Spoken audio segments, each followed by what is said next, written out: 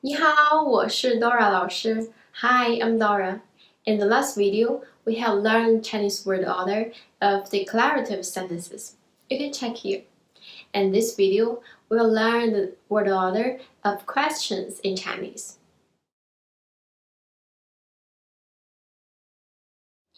In Chinese, it's very simple to ask yes or no questions.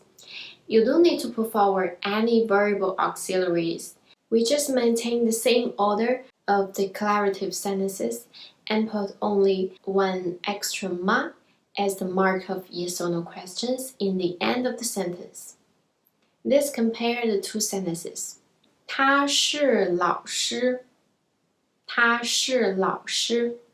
This is a declarative sentence with a basic order, subject, verb, and object. 他是老师吗？他是老师吗？ Look, these two sentences, one declarative sentence and one question, have the same word order. Let's look at more examples. 你是老师吗？你是老师吗？你是医生吗？你是医生吗？ So the only difference between yes or no question and the declarative sentence is the question mark ma. And how to give WH questions in Chinese? I still remember when I started to learn English, the teacher always said that a WH question in English has to start with a WH word. And we struggle a lot with it. 为什么? Why? Because in Chinese, even the WH questions maintain the same order as declarative sentences. Let's look at some examples. 他是谁？他是谁？ Do you remember this sentence we learned in the last video? 我坐地铁去故宫。